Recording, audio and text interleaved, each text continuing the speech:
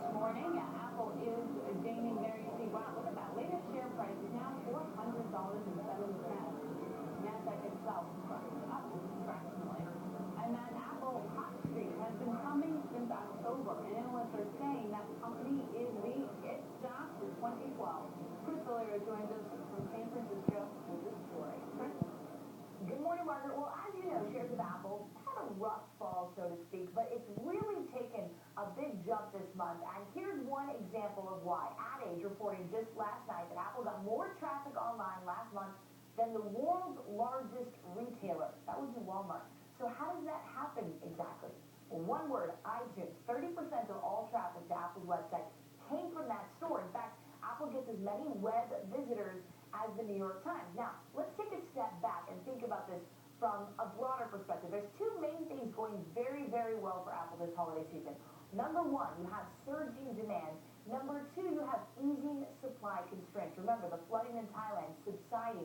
That's helping pump out the product. Just last week, also, we had AT&T CFO suggest that the iPhone 4S has been driving record smartphone sales, which in turn, of course, are driving those record iTunes downloads.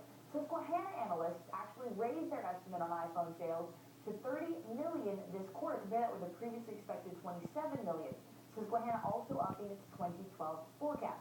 Analysts at Susquehanna, though not alone, Piper Jaffray's Gene Munster called Apple a top pick for 2012 in a report out this morning. He says 2011 didn't see any major hardware redesigns, but 2012 is where it's going to be at. And Barclays this week, in their tech sector update, their big tech sector update for 2012, said, quote, Apple seems to only be increasing its role as a disruptive force in the tech sector, dictating several mega trends in the years to come. As such, analysts point to several stocks that could benefit by being aligned with Apple in 2012. Remember, it's not just about Apple, it's about their suppliers.